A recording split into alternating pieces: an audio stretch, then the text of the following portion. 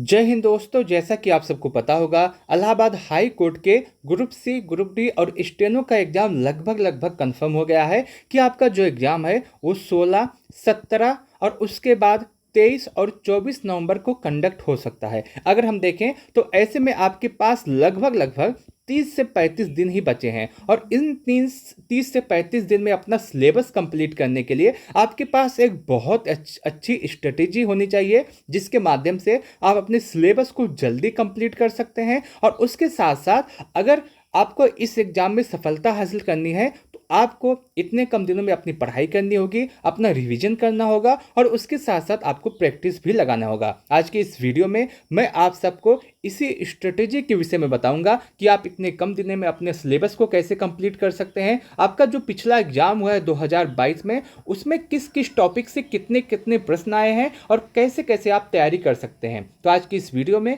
मैं इन सभी टॉपिक के विषय में आप सबसे बात करूंगा। मैं उम्मीद करता हूं कि आप सभी लोग इस वीडियो को लास्ट तक अवश्य देखेंगे। जैसा कि आप सबको पता हो दोस्तों कि दुनिया का कोई भी एग्जाम हो, अगर आपको उसको पास करना है तो 4 चीज़ों की आवश्यकता होती है।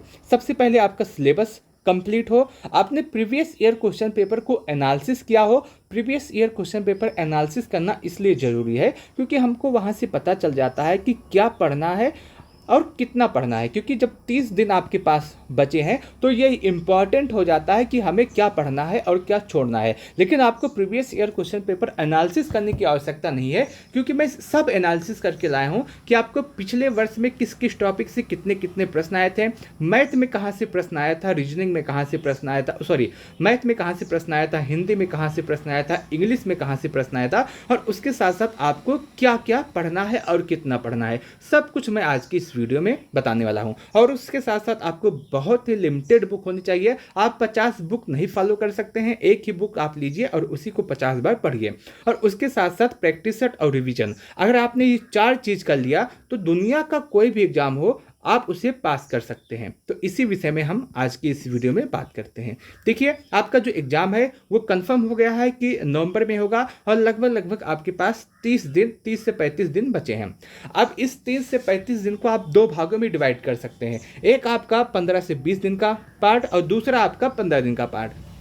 देखिए, सबसे पहले जो आपका 15 दिन का आप भाग बनाए हैं उसमें जो टॉपिक आपको नहीं आता है, जैसे आप प्रीवियस ईयर में आपको बताऊंगा कि कौन कौन से टॉपिक इसमें पूछे जाते हैं, तो उस टॉपिक में जो आपको समझ में नहीं आता है तो आप सबसे पहले उसको पढ़िए, उसका कॉन्सेप्ट क्लियर कीजिए। जैसे इसमें मैथ का जो टॉपिक है, मैथ में कुछ नए प्रश्न आते हैं। नए का मतलब यह है कि वो सभी एग्जाम में नहीं पूछे जाते हैं। जैसे आपका प्रोबेबिलिटी प्रायिकता का है, यहाँ से प्रश्न आते हैं, ट्रिग्नोमेट्री से प्रश्न आते हैं और उसके बाद 2D और 3D से प्रश्न आता है और उसके बाद अगर हम देखें तो ज्यामिति से प्रश्न आते हैं। तो ये सभी टॉपिक हैं जो बच्चे ज़्यादातर एग्जाम के लिए नहीं पढ़ते हैं और ये टॉपिक भी आपके इस एग्जाम में पूछे जाते हैं। तो आप ऐसा बनाइए कि जो जो आपको नहीं आता है उसको आप 15 से 20 दिन में कंप्लीट कीजिए और जो आपका सेकंड पार्ट है 15 से 20 दिन का, इसमें आप ज़्यादा से ज़्यादा रिवाइज और प्रैक्टिस सेट लगाइए।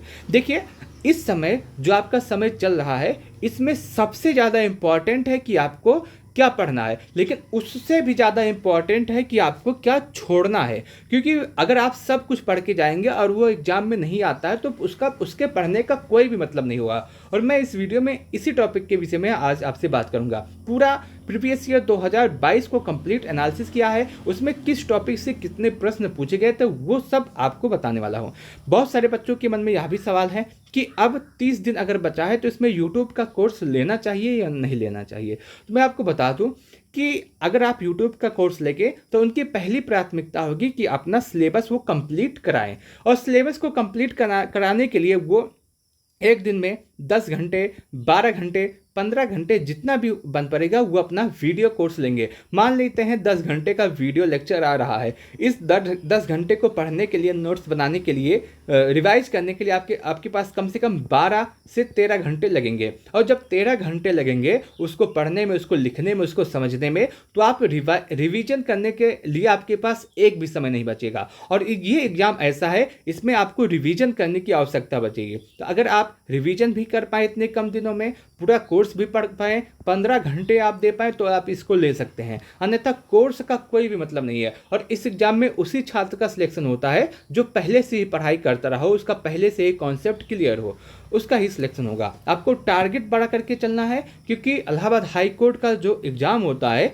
इसमें कट ऑफ आपका बहुत ही अच्छा लेवल का जाता है। आप कोई भी एग्जाम हो, चाहे ग्रुप डी का हो और चाहे ग्रुप सी का हो, आप 80 से 85 के आसपास ही अपना टारगेट लेके चलिएगा, तभी आपका सिलेक्शन इसमें हो सकता है। माइनस मार्किंग नहीं रहती है इस एग्जाम में, तो आपका कट ऑफ थोड़ा सा ज़्यादा जाता है। सिलेबस मैंने आपको पहले ही बता दिया है और आपको पहले ही पता होगा कि हिंदी, इंग्लिश, जीएस और मैथ आते हैं। अब इसमें से कैसे कैसे आपको पढ़ना होगा उसके विषय में हम बात करते हैं। डेली टारगेट आपको कैसे बनाना होगा। देखिए, कम समय है, कम समय के बाद अगर आप देखिए तो आपको इस समय सबसे बढ़िया यही है कि आप डेली का टारगेट बनाइए, जितना ज़्यादा हो सके उतने अच्छे तरीके से आप बनाइए और उसके बाद आप उसकी पढ़ाई कीजिए। अब डेली का टारगेट बनाना कैसे, आप इसको समझते हैं। जैसे मान लीजिए आपने आज सोचा कि आज मैथ का जो सेक्शन है, मैथ के सेक्शन में मैं जो आपका प्रायिकता चैप्टर है उससे 50 सवाल लगाऊंगा और उसके बाद मैथ में ही मैं नंबर सिस्टम का भी 50 सवाल लगाऊंगा। अब मैथ का काम कंप्लीट हुआ यहाँ। और उसके बाद इंग्लिश के सेक्शन में आप आइए।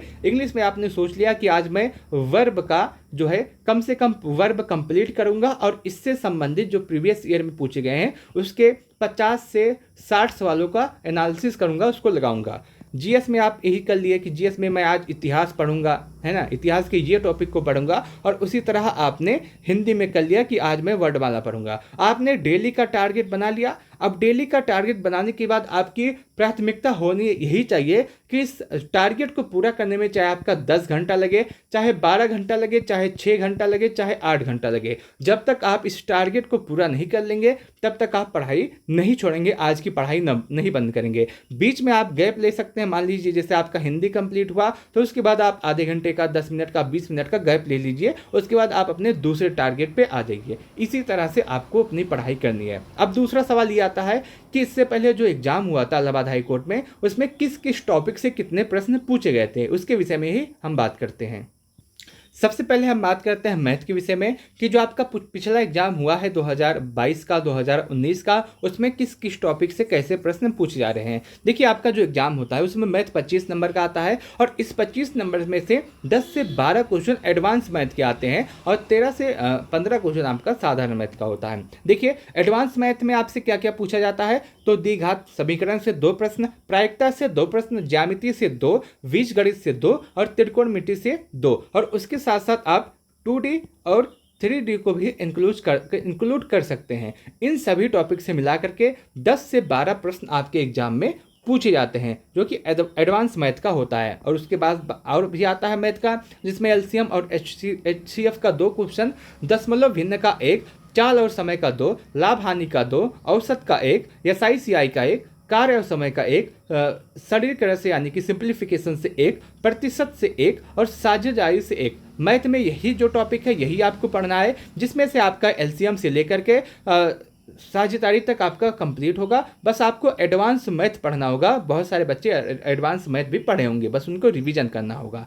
यही आपका टॉपिक है जिससे पिछली बार आपके सभी 25 क्वेश्चन इसी टॉपिक में से पूछे गए थे। उसके बाद आपका इंग्लिश का सेक्शन आता है। इंग्लिश के सेक्शन में भी 25 प्रश्न आते हैं। तो पिछली बार जो आपका क्वेश्चन पूछा गया था टॉपिक वाइज, वो स्पेलिंग मिस्टेक से 2 प्रश्न, एडम्स से 2, फिल इन द ब्लैंक से 1, वन वर्ड सब्स्टिट्यूशन से 1, ग्रामर मिस्टेक खासकर वर्ब से 6 प्रश्न आए थे।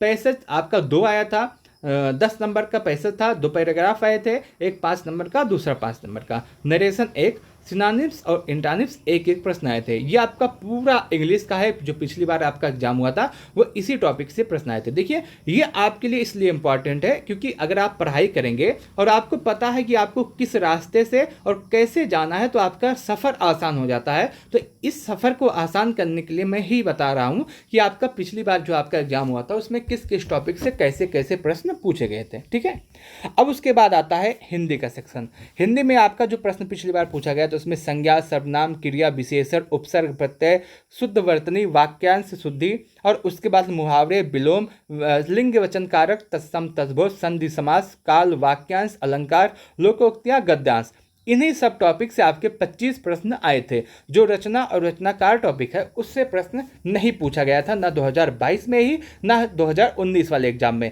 हिंदी बहुत ही आसान आती है, अगर आप थोड़ा सा भी मेहनत करेंगे या पिछले कुछ एग्जाम से आप हिंदी पढ़ रहे हैं तो आपको हिंदी में कोई दिक्कत नहीं होगा। उसके बाद आपका सामान्य अध्ययन का टॉपिक बचा है, जिसमें आपका सामान्य अध्ययन में अगर हम देखें तो इतिहास से 3 प्रश्न, भूगोल से 2, संविधान से 3, अर्थव्यवस्था से 3, भौतिक विज्ञान से 1, योजना से 1, पर्यावरण से 2 से 3, जीव विज्ञान से 2 से 3, रसायन से 1, स्टैटिस्टिक्स से 2, करंट अफेयर से 2 और कंप्यूटर से 1। समान अध्ययन में इन्हीं सब टॉपिक से प्रश्न पूछे गए थे।